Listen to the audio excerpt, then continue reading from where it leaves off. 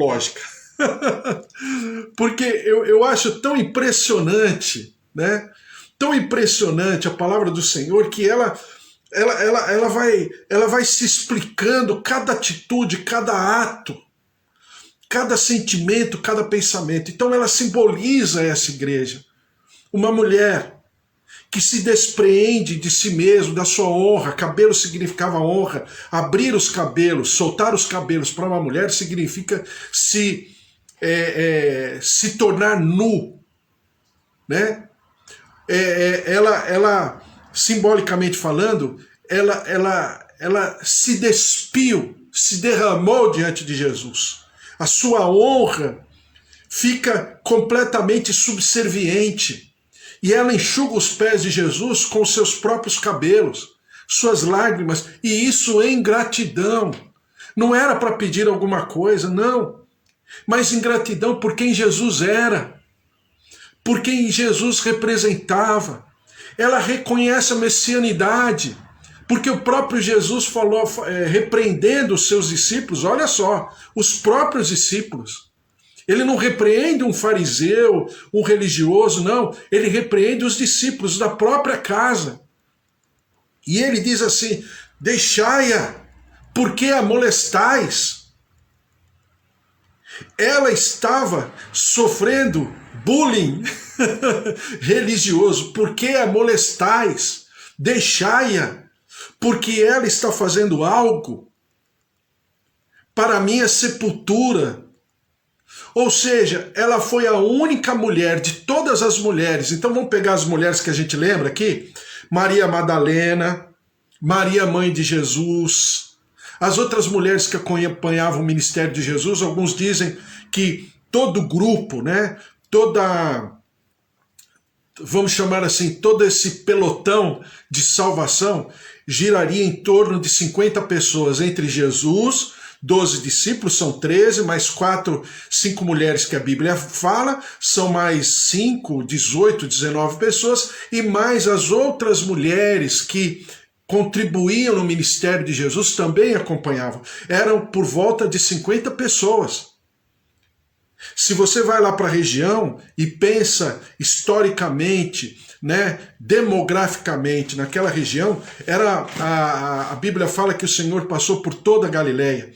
Aquela região toda tinha mais ou menos 200 cidades, pelo menos acima de 10 mil pessoas, mais ou menos 200 cidades. Então esse povo estava andando com Jesus já há bastante tempo. Jesus estava no final do seu ministério. São 3 anos convivendo dia e noite. E essa mulher toma essa atitude.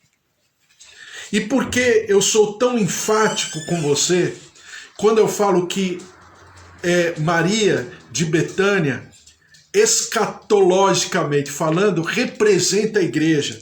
Porque você tem exatamente no mesmo momento, digo eu quem digo, né? Até mesmo na mesma inspiração, uma do lado positivo, o outro do lado negativo, que é aquilo que eu vou ler agora, Mateus 26, versículo 14. Diz assim, então um dos 12, chamado Judas Iscariotes, indo ter com os principais sacerdotes, propôs, que me quereis dar, e eu vou-lhe entregarei? E pagaram-lhe 30 moedas de prata, e desse momento em diante buscava ele uma boa ocasião para o entregar. Então, imediatamente depois, e Mateus, só pode ser o Espírito Santo, né? Mateus é de uma sabedoria que ele coloca exatamente a pessoa que iniciou o protesto, iniciou, né, vamos chamar assim, o escândalo em relação ao, entre aspas, desperdício de Maria de Betânia em derramar a sua essência de nardo puro sobre Jesus. Foi o primeiro a criticar, foi o primeiro a destacar o preço daquela essência. É exatamente ele que vem de Jesus. É exatamente ele que toma uma posição de traição, né? Então, eu estou falando tudo isso para você ainda, né, sob a inspiração escatológica, para nós entendermos espiritualmente o quanto o Espírito Santo nos fala e nos ensina a respeito da nossa responsabilidade como igreja, da nossa responsabilidade como um povo a quem o Senhor confere um propósito. Qual é? Viver o Evangelho. Ser embaixador do reino dos céus, como diz Paulo. É sabedores que somos cidadãos celestiais nesse sentido. E existe uma responsabilidade. E Maria de Betânia, ela expressa essa responsabilidade, enquanto Judas, do outro lado, representando agora o primeiro grupo, não apenas, né, deprecia a pessoa de Jesus, mas ele se rebela contra o ministério de Jesus. Por que ele se rebela contra o ministério de Jesus? Porque ele vende Jesus por 30 moedas de prata, como diz a palavra. Então, é claro que a gente vai ler, hoje não vai dar tempo, mas a gente vai ler, vai pensar a respeito. Mas eu só estou dizendo para você o contrabalanceamento de todas as coisas. E o que significa para nós essa responsabilidade como servos do Senhor, como ministros do Senhor, e qual é a expectativa da Trindade em relação à nossa postura e à nossa disposição. Porque a Bíblia fala que aquilo que Maria de Betânia fez seria lembrado, seria uma atitude, vamos dizer, de reflexos eternos, refletiria eternamente, né, por todos os tempos, a atitude de Maria de Betânia. Então é exatamente, essa expectativa, é esse propósito que o Senhor coloca em nossas vidas. Não agora, pura e simplesmente, para tomarmos uma atitude, entre aspas, sacrificial, mas nos entregarmos em sacrifício. Com a sua atitude, Maria de Betânia entregou-se em sacrifício. Por quê? Porque ela foi discriminada pelos discípulos, ela foi discriminada por todos ali que estavam ao seu redor, ninguém entendeu a sua postura, ninguém avaliou que Jesus era muito mais importante do que os próprios pobres, né? E alguém com um vocabulário, com uma verbalização, né, vamos dizer assim, altruísta, de bondade. Em outras palavras, diz o seguinte: está desperdiçando, por que não deu aos pobres? Quantas vezes nós já não ouvimos alguma coisa, alguma declaração parecida com isso? Mas Jesus entende o sentimento, a disposição e o quão importante seria sua atitude em relação à sua morte. Porque é aquilo que eu falei ontem para você. As outras mulheres, elas foram cuidar do corpo de Jesus, mas já era tarde demais. Jesus já havia ressuscitado. Não é assim que o anjo responde para as mulheres? Mulheres, a quem procurais? Aquele que vive entre os mortos? Ele não está aqui. Ele ressurgiu. Ele ressuscitou. Então, você perceba que aquela mulher, Maria de Betânia, estava no momento certo, com a atitude certa, de uma maneira completamente responsável, mas também completamente profética. E nós temos essa responsabilidade no nosso cotidiano, no nosso dia a dia, nos nossos afazeres, porque, desculpe, contrariamente a alguns, eu acho que tudo aquilo que nós fazemos é o ministério, desde que eu tenha consciência disso, claro. Então, você no teu ministério, né, seja qual for, aonde você estiver, você na verdade é um agente dos céus. Você é o embaixador do Deus vivo. Você é o representante das regiões celestiais. Você é um representante de Deus. Você está falando e agindo em nome do Senhor Jesus. Então, tudo é possível, tudo também é necessário e nós temos que viver exatamente esse tempo. Essa constituição que o Senhor colocou sobre nós em nome de Jesus. Então, quando Judas se propõe a trair Jesus, e a gente percebe através de Judas que todos os discípulos saíam, menos ou mais, mas sabiam de tudo aquilo que o Senhor havia profetizado, que o Senhor havia falado, que o Senhor havia alertado a todos eles. Tanto ele sabia que ele vai, de uma maneira furtiva, ele vai até os religiosos e propõe um negócio, um comércio. Jesus seria entregue mesmo. Jesus estava na iminência de morrer, de ser crucificado. Por que não ganhar um dinheirinho em cima disso? E foi exatamente esse sentimento que o levou a trair Jesus. Mas uma segunda coisa que creio eu tenha acontecido foi quando ele realmente se expressou em relação, entre aspas, ao desperdício de Maria de Betânia, que ele também indagou, por que não se vender esse perfume, essa essência caríssima, né, de nardo. O nardo, uma essência de nardo, era uma substância que era importada das regiões da Eurásia, chamada Eurásia, né, Europa Oriental, que era muito precioso, era muito caro. Mas ele, por ter indagado a todos, e Jesus ter ouvido e ter exortado Judas, isso, né, vamos dizer, alimentou aquilo que nós podemos chamar de a sua traição. Ele alimentou a traição de Judas. Jesus alimentou. Por quê? Porque Jesus o exortou. E o repreendeu porque estava molestando a Maria de Betânia. Então, é um ambiente propício. E Jesus sabia de tudo isso. E Judas vai lá e dá continuidade ao seu sentimento de traição, seu sentimento de... E não foi traição apenas em relação a Jesus, mas foi traição em vários níveis, né? Dá tempo ainda de falar, vou falar pelo menos um pouco. Judas significa louvor.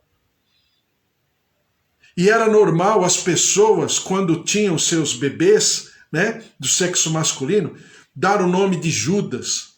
Porque no hebraico, Judas significa louvor intenso, adoração. Significa o prostrar-se diante do Senhor em gratidão por tudo aquilo que ele está fazendo, representado, simbolizado naquele bebê. Então Judas, em primeiro lugar, ele traz a sua própria essência. Ele foi chamado para louvar, não foi chamado para trair. Em segundo lugar, a Bíblia fala que Judas, como os outros discípulos, são produto de uma noite inteira de oração de Jesus para escolher, eleger os 12 discípulos. Então Judas foi alguém separado pelo Senhor para essa função.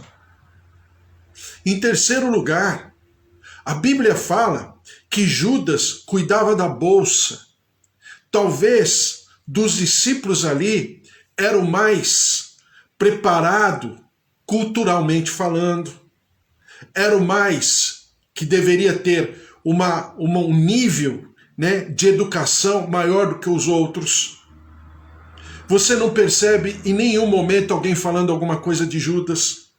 Judas deveria ser um homem discreto. Judas foi, como eu já falei, um homem eleito. Judas estava numa função muito importante, como eu acabei de falar para você, era uma pessoa que comandava, administrava pelo menos 50 pessoas, né? Para comer, para beber, para dormir, para cuidar do transporte, cuidar da roupa, de todas as coisas de Jesus, de todos os discípulos e todo aquele grupo de pessoas que girava, creio eu, em torno de 50 pessoas. Então Judas era uma pessoa, um grande administrador, porque senão o Senhor não o colocaria naquela função tão necessária, que era, eu acabei de falar para você, aquela região tinha pelo menos, em cidades com acima de 10 mil habitantes, tinha 200 cidades. E a Bíblia fala que Jesus passou por todas as cidades. Então foi um movimento contínuo, né? Daquilo que a gente que já administrou esse tipo de coisa sabe como é que é, né? Você sempre tem que estar na frente, você sempre tem que estar se adiantando aos problemas, às dificuldades. Vai ter lugar, vai ter comida, vai ter água, vamos chegar fora do horário, como arrumar alimento, como fazer isso, como fazer aquilo. Então Judas tinha toda essa, vamos dizer, essa incumbência, essa responsabilidade. Judas não era qualquer pessoa. Era uma pessoa respeitada, porque senão ele não poderia ser um administrador, era um grande líder. Então quando você fala sobre Judas ter traído, em primeiro lugar ele trai os seus próprios pais, o sentimento deles a respeito de quem era Judas. Ele trai seu próprio nome, porque depois da sua traição, tirando Judas aqui, o irmão de carne de Jesus, né? É muito difícil você ter esse nome mais. Durante a história bíblica e durante toda a história da humanidade, é difícil você encontrar alguém que tem o nome de Judas. Porque ele alterou o significado do seu nome. E em segundo lugar, para terminar, amanhã a gente conversa mais, Judas também, ele teve a maior oportunidade que alguém poderia ter na face da terra. Imagina ser eleito pelo Senhor Jesus. Imagina andar com o Senhor Jesus dia e noite. Imagina cuidar, administrativamente falando, do ministério do Senhor Jesus. Andando com Ele, pregando com Ele. A Bíblia fala que o Senhor Jesus, antes que Judas saísse para vender Jesus, trair Jesus, Jesus lavou os pés de Judas. Jesus tratava Judas com ósculo santo. Jesus deu, numa das suas últimas atitudes, molhou o pedaço de pão no vinho e deu para ele. Era uma cultura, era uma tradição. Quando você, né, tinha uma amizade muito grande com uma pessoa, em um dado momento de uma festa, de um jantar, de um bate-papo, de uma confraternização, né, para você expressar a tua amizade, você geralmente pegava um pedaço de pão e dava para a pessoa. Todos sabiam que aquele amigo era aquele amigo, como diz a música do Roberto Carlos, meu amigo de fé, meu irmão camarada. Né? Não é assim a música do Roberto Carlos? Então, dar o pedaço de pão para Judas significava que diante de todos os apóstolos e todos os discípulos ali, Judas tinha uma particularidade. Ele era o amigo de Jesus. Então você não percebe nos discípulos qualquer desconfiança, porque os discípulos sabiam da posição que Judas ocupava. E Jesus, a todo momento que se referia a ele, o chamava de amigo. Então, tudo isso eu estou falando para você. Claro, de maneira pessoal, a gente sempre tem que se policiar, né? Tem que sempre trabalhar, conferir, aferir, nos colocarmos diante do Senhor para expor os nossos sentimentos, as nossas verdadeiras intenções em relação a toda a nossa vida, como Judas deveria ter feito, e talvez não tenha feito. Mas agora eu estou falando de uma maneira mais institucional, escatológica.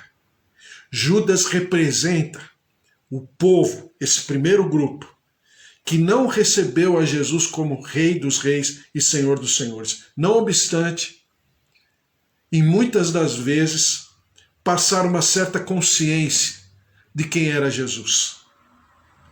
Quando nós percebemos esse povo sofrendo flagelos constantes durante toda a história da humanidade, nos vem às vezes um sentimento de pensar, puxa vida, por que esse povo sofre tanto? Quando nós assistimos os documentários, os filmes, né, inspirados na Segunda Guerra Mundial, quando fala sobre o Holocausto e tudo mais, às vezes a gente fica, puxa vida. Mas, quando a gente, escatologicamente falando, vê o que Judas desperdiçou e pensamos no povo de Deus, o quanto negligenciou a oportunidade, então a gente começa a entender o quão justo o Senhor é. E que Ele não pesa a mão por sobre ninguém. Não obstante alguns de nós, né, principalmente nós que temos uma linha um pouco mais pentecostal, falar o Senhor vai pesar a mão. Não, que isso? Desde quando o Senhor não pesa a mão? Nem poderia. O pesar da mão do Senhor, imagina o que não vai causar, né? Mas é exatamente por causa disso. Então, é tempo de nós como igreja, como povo de Deus, pensarmos a respeito. Em que momento da nossa vida nós estamos? E o quanto nós precisamos expressar os sentimentos, expressar as atitudes, expressar os pensamentos de Maria de Betânia, exatamente para que sentimentos e pensamentos outros estejam completamente distantes, diametralmente distantes de nós, né? Por quê? Porque nós somos aqueles chamados, exatamente, para que possamos ter nas nossas atitudes os reflexos eternos de um povo que foi chamado pelo nome do Senhor Jesus. Nós somos, vocês, nós todos, somos propriedade do Deus Altíssimo. Glória a Deus. Vamos orar, glória a Deus. Vamos orar e clamar, né, pelas nossas vidas, nossa casa, nossa família. Pastor